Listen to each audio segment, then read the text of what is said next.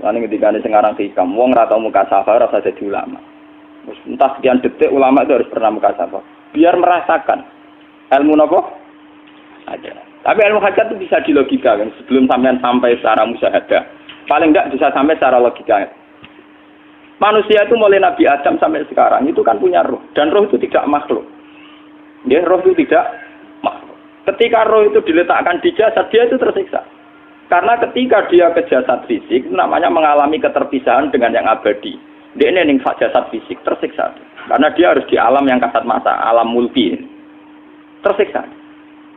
Ketika dia tersiksa, semelok ruhin, akhirnya dia mangannya kangelan, akhirnya lesu, mangan. Padahal roh gak butuh mangan, perlu dicatat, roh gak butuh.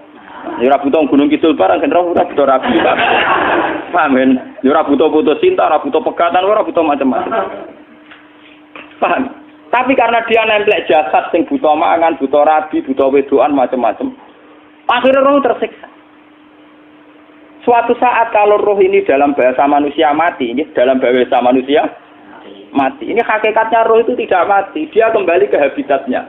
Ini disebut innalillah. Kita ini dari awal ya dengan Allah. Wa inna ilaihi juga kemudian nanti kita pasti kembali ke Allah. Dan itu diyakini betul oleh orang wahdatul wujud. Jadi kalau roh mati itu ya tidak ada mati. Terus sekarang itu kembali karena sudah lama mengalami keterpisahan mergo melok fisik-fisik dak ono kerja dasinan, ono nggo proposal lan ruwet roh melok.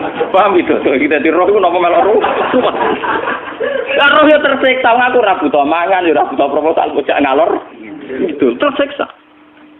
Makanya dalam cerita-cerita Jalaluddin Rumi yang otentik di kitab-kitab begitu. Ketika beliau mau meninggal muridnya itu nangis. Dari Jalaluddin Rumi, kamu jangan nangisi saya ini mau pesta, saya ini mau pesta perkawinan. Kamu tidak merasakan penyesalan saya. Saya ini lama menyesal karena harus hidup bersama kamu. Terus saya ini tersiksa karena ngalami alam yang rusak, yang fana. Alam yang fana. Harusnya roh saya itu di alam abadi, bukan di sini. Maka jangan tangisi kematian saya. Kematian saya adalah kembalinya roh ke habitatnya.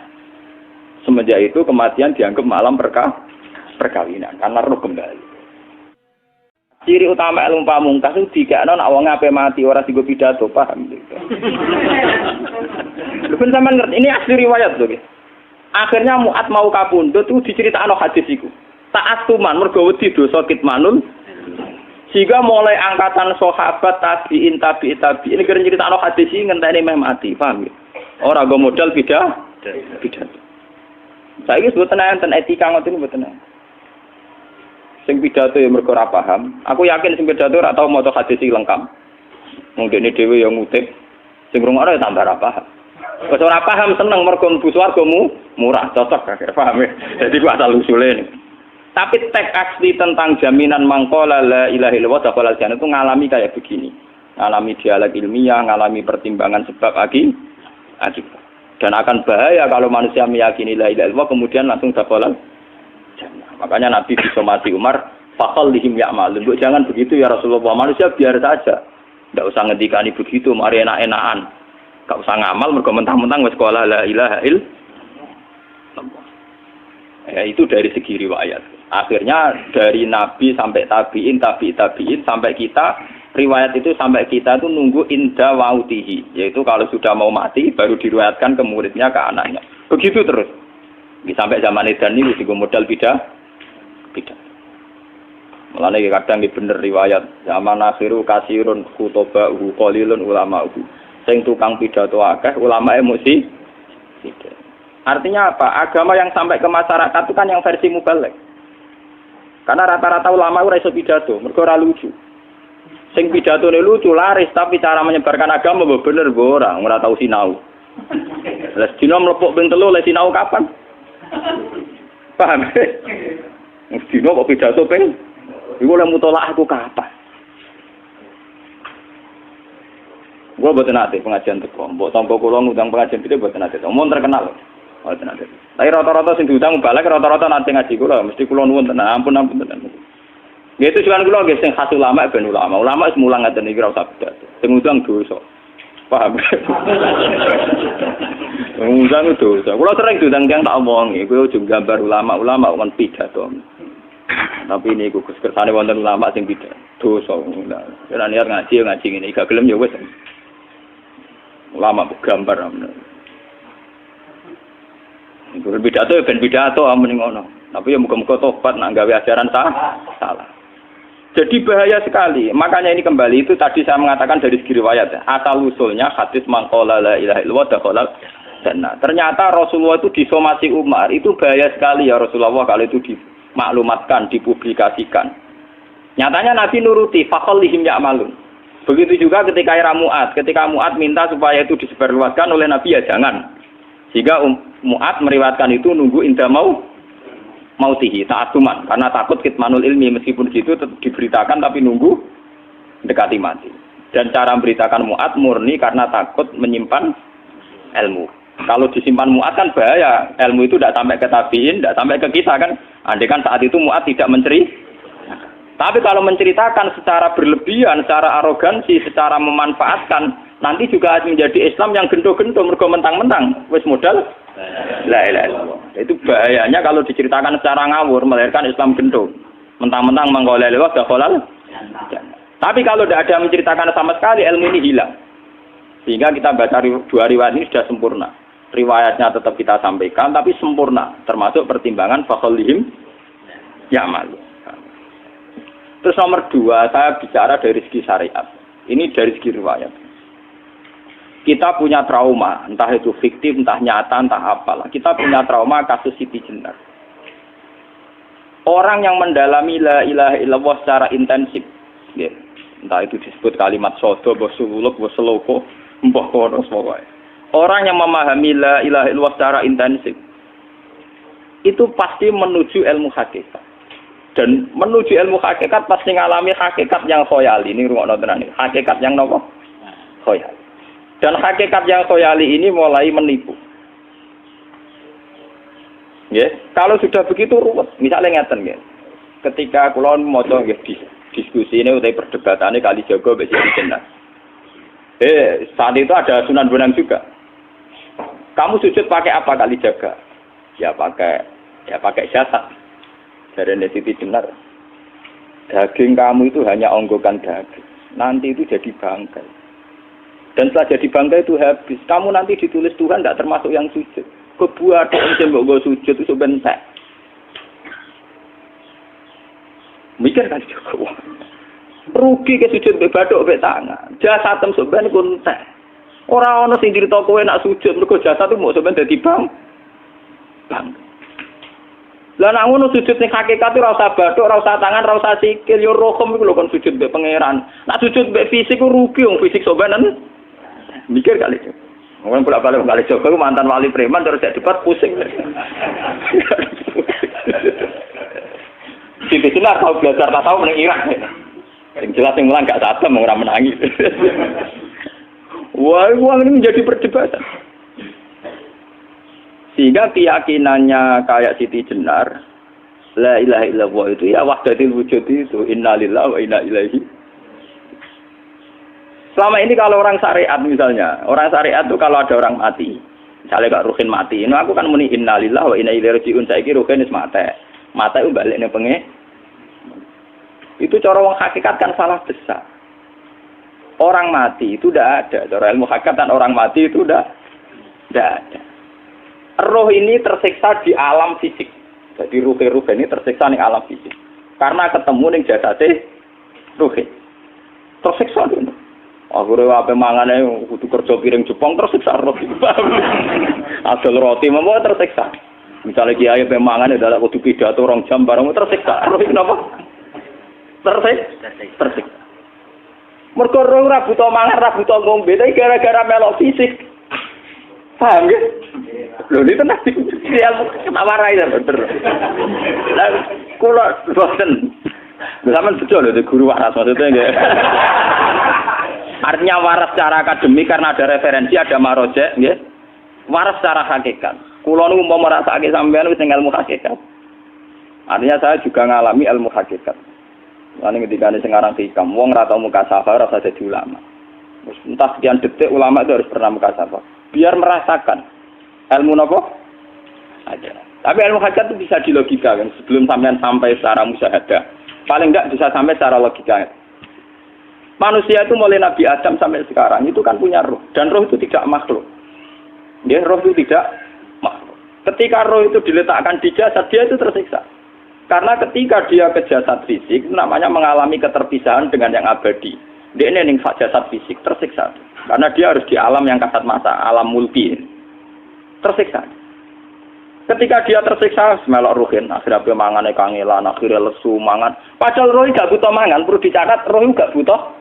Ya ora butuh gunung kidul barang, kan ora butuh rabi. Paham kan?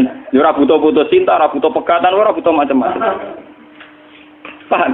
Tapi karena dia nemplek jasad sing butuh mangan, butuh rabi, butuh wedoan macam-macam. Akhirnya roh tersiksa. Suatu saat kalau roh ini dalam bahasa manusia mati, ini dalam bahasa manusia mati. Ini hakikatnya roh itu tidak mati, dia kembali ke habitatnya. Ini disebut innalillah. Kita ini dari awal ya dengan Allah. Wa inna ilaihi juga kemudian nanti kita pasti kembali ke Allah. Dan itu diyakini betul oleh orang wahdatul wujud. Jadi kalau roh mati itu ya tidak ada mati. Terus sekarang itu kembali karena sudah lama mengalami keterpisahan mergo melok fisik-fisik dak ono kerja dasinan, ono nggo proposal lan ruwet to roh ku melok. Paham itu? Kita di roh ku napa melok ruwet. Lah roh ya tersiksa ngaku ra butuh mangan, ya ora butuh proposal bocah ngalor. Itu tersiksa. Makanya dalam cerita-cerita Jalaluddin Rumi yang otentik di kitab-kitab begitu. Ketika beliau mau meninggal, muridnya itu nangis. Dari Jalaluddin Rumi, kamu jangan nangisi saya ini mau pesta, saya ini mau pesta perkawinan. Kamu tidak merasakan penyesalan saya ini lama menyesal karena harus hidup bersama kamu. Terus saya ini tersiksa karena ngalami alam yang rusak, yang fana. Alam yang fana. Harusnya roh saya itu di alam abadi, bukan di sini. Maka jangan tangisi kematian saya. Kematian saya adalah kembalinya roh ke habitatnya. Semenjak itu kematian dianggap malam perkawinan. Karena roh kembali. Walhasil nguniku cara ilmu tasawuf bahasa Arab jenenge wahdatul wujud. Kena Jawa, Yogya, Solo, keadaan itu jenenge manunggaling kawula. Mergo sing rawan ngono rugen. Barang iki tak terangno detail. Jadi bathuk mesti iki buku sujud kan. Niku sampeyan ilang. Dadi seksine ora ono cara teorine sinten Siti. Rugi kowe. Jadi ya kentur. Lah kali coba mantan preman jak debat terus ora ngono mbok terus tak pateni kowe. Lah debat iki ora iso. Premane kumat. Ya sam preman jak debat ilmi. Ngono ku model. Kali Joko yo ora salah. Dise Sayyidina Umar nggih ngoten. Umar sahabat top. Lah isih debat atau milih patenane ya Rasulullah. Gak iso dene ilmiah. Mantar preman pasar ukat terus jadi sahabat top. Debat yang milih mate. Ada wonten cerita wong Yahudi njaluk keputusan Nabi. Bareng wis diputusno Nabi cek mamang. Ndak tenang keputusane ngono dalam sengketa duniawi. Bariku takok ya Ali. Ya Ali, aku mau sowan ning Nabi Muhammad. Dikai keputusan tapi mamang cara kowe pilih. Sampai Ali dikai keputusan persis kanjeng Nabi. Cek mamang neh takok Umar. Takok Umar aku mau sing Muhammad, ning Ali dikai keputusan kok mamang, Mar. Cara kowe piye? Urusan dunya. Enteni iki. Entah dia melepuh buat apa? Uang diputus Nabi ora marah. Buat mati. Awe. Mereka mantan apa? Cara mantan intelektual atau intelektual kan ya wajar nggak uji kok percaya Nabi. Kan bareng cara Ali ya gak percaya wis kandhani. Ora mesti cara Ali kan. Lah ora apa pateni. Ya wajar wong Yahudi kok percaya Nabi, nak percaya ora situ Yahudi Muslim. Lah Ali situ Gusdur. Lah Gusdur ra beda piye tenang. Ali nyen ngoten watake ngoten. Nasibe padha. Ali itu ilmuwan yang jadi presiden gak sukses. Sing niru Gus Dur. Mergo ning dinggo negara wong pinter mimpin ra sukses. Wong pinter gampang maklumi. Lah misalnya kita jadi kiai wong pinter. Pak Yai santri ini pacaran. Wajar itu jangan anak cerita besok. Wah, ruwet. Terus malah dalil zinalina subuh syahwat minan. Piye pondok tanpa pelaturan. Paham ya? Ruwet tau? Mulane aja geman, iki kiai pinter teman-teman aja geman. Sing biasa wae ana syariate sithik-sithik. Sing kamane ana santri pacaran tersinggung, ana santri nakal tersinggung, sing ana rasane lha donya ana napa? Dadi nek guru kula nu urusan ilmu semi hakikat, mulane mon nggih. Sehingga kayak Siti Jenar, cara pandang Siti Jenar tuh masuk betul ning gone pemikiran para santrinya. Kados Ki Ageng Pengging, siapa masuk betul karena masuk akal. Cara mereka apa? Betapa tidak ada artinya fisik ini. Nah, kalau semua fisik ini tidak ada artinya, kemudian yang ada artinya itu roh, perjalanan apa? Perjalanan roh, sehingga diartikan inna lillah wa inna ilaihi raji'un. Inna sholati wa nusuki wa mahyaya wa mamati lillah. Lah kemudian sekarang sampean tak tanya misalnya, ini latihan ilmu hakikat. Wa mahyaya lan penguripan ingsun. Kalau ingsun itu artinya fisik atau jasad, itu keliru besar karena jasad tidak pernah hidup. Yang hidup itu roh. Paham ya? Sekarang artinya wa mamati itu apa? Kematian ingsun. Kalau roh itu tidak pernah mati, berarti kematian roh adalah keterpisahan dengan yang agung atau yang abadi. Dan semuanya itu lillahi rabbil alamin. Sehingga mereka mengatakan kematian itu satu pesta. Mulane kados Bilal ditakoki, ya Bilal, ketika murid-muridnya nangis bergape mati, Bilal ge seneng ae. Godan nalqal ahibbah Muhammad dan wa hisbah. Ya nak mati malah seneng tuh ketemu kekasihku. Sebab itu kematian tidak pernah jadi problem bagi mereka sing soleh, sing menembus ilmu hakikat. Paham? Tapi ilmu hakikat kayak ini itu yang diyakini Siti Jenar, diyakini Jalaluddin Rumi, diyakini para wali-wali wahdatul wujud. Dulu Syekh Husain Sinten Al-Halal. Itu kemudian melahirkan prahara syariat. Prahara apa? Syariat. Sebab itu Wali Songo, oke Siti Jenar benar dalam filosofinya, tapi harus dibunuh. Karena menjadi prahara syariat. Sama dengan yang dikatakan Nabi itu benar, tapi menjadi prahara syariat. Akhirnya disomasi oleh Umar radhiyallahu anhu. Jadi sebetulnya sama, pola-pola ceritanya sama. Intinya sebuah ilmu hakikat harus dikawal napa? Syariat. Nggih kula bolak-balik, contoh paling gampang wit pisang. Wong nak mangan gedang kulitnya tetap dibuang. Tapi umpama gedang dari awal ora usah kulit, ra sido dadi gedang. Paham nggih? Meskipun kon ape dipangan ya dibuang. Tapi kita tidak bisa membayangkan pisang dari awal tanpa napa? Mbah kekeringan, mbah bosok, mbah ra sido dadi napa? Pisang. Terus pentingnya syariat lagi begini, malah penting ngaji wali-wali syariat yang pinter kados Sunan Kudus, kados Sunan Bonang. Andai kan tidak ada syariat itu dunia pun mesti rusak. Contoh paling gampang masalah pornografi, porno aksi. Jadi jenar aja omongi ngono ibu ngakak-ngakak deh. Dari pangeran wis pirsa, kowe nek klambi pangeran ora tentu ya ora usah klambenan. Wong ora ana gunane. Kalau yang paling penting tuh nazarullah, kenapa kowe klambenan barang, wong kowe klambenan ora pangeran tetap pirsa. Nyatane si jenar nak mulang nggih coba kambenan nang intine napa? Dinya ada nabi Sunan Bonang. Nah kowe percaya kabeh nazarullah ora usah napa? Klambenan. Tetapi teori ora usah klambenan yo dinggo tenan. Mulane nek pas do wiridan aliran sesat ciri utama. Kira klambenan tenan. Lah ruwet to. Lho iki tenan iki cerita, iki pentingnya ngaji nggih. Ben sampean ngerti variasi riwayat, kemudian kita orang syariat harus kayak apa, kemudian kenapa menjadi aliran wahdatil wujud. Lah terus kita ini ya, kita ini kan orang syariat. Memang kalau manung syariat itu akeh kok sampean-sampean siji mesti ra kramat. Modele ora ada duwe bingung, ruwet. Urip wong syariat lho apa? Dineng bojo wedi, dineng tangga wedi, pengaruhe menurun. Pancen orang syariat itu banyak kriminal tauhidnya itu memang jelas. Malah kiai-kiai fikih nak ketemu kiai-kiai sing setengah jaza peti mergo iso nebak atine. Ndekne meriang langsung. Sing kiai ra tau salat keramat padahal ngambungan wong. Sing dina salat pat waktu kok ora tau keramat. Wong ape buah utang tanggane iku keramat apane? Sing kono ngawar ngawur sowan pirang. Meriang oleh wong syariat ngadepi wong hakikat napa? Mulane jogeman ge dadi wong syariat sing ngene iku bahaya. Nah, kula mboten ngarah. Sampai dadi wong syariat sing ra keramat. Bahaya sekali itu bagi perjalanan agama. Kalau sering ketemu kiai-kiai yang terkenal keramat, terkenal keramat di juaduk tiang-tiang hakikat. Ditantang kanca-kanca kula wani, nah tantang aku tetep rawani kok. Mikir deh. Karena orang yang sama-sama ke jalur hakikat tetap punya alamat, tetap wonten simahum fi wujuhi min asaris sujud. Cara pandangnya mesti sama. Kalau nanti ketemu murid, ya artinya yang ikut aliran Siti Jenar, dia ada sholat, ada apa, hidup di satu tempat gitu. Padahal dia bisa baca ihya. Dulu pernah mondok di Mekah, pernah di Irak. Niku ya meresahkan para kiai. Kemudian sebagian mereka minta saya suruh ketemu. Ya walhasil kalau ketemu. Ketemu pertama ya. Jenengan Gus Ba, tapi zaman roh jenengku teu pernah tak arani muka sapa. Nggih biasa mawon. Kula ora usah kenal jenengan nggih kenal. Dadi nggih kula nggih biasa mawon. Lah niku pernah ngajari ajaran ning. Saya lha Gus ning donya tak enteni mau turu-turu ngenteni mati ngono lho Gus kok repot. Ijaban kula terus enak.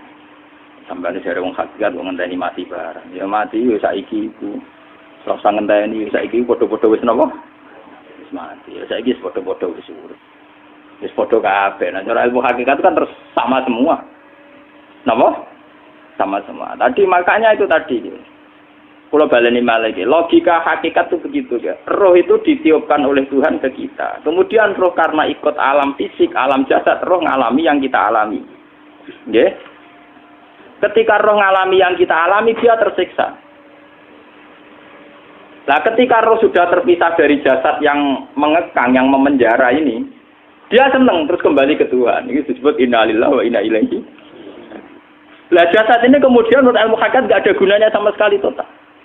Hilang di telan tanah.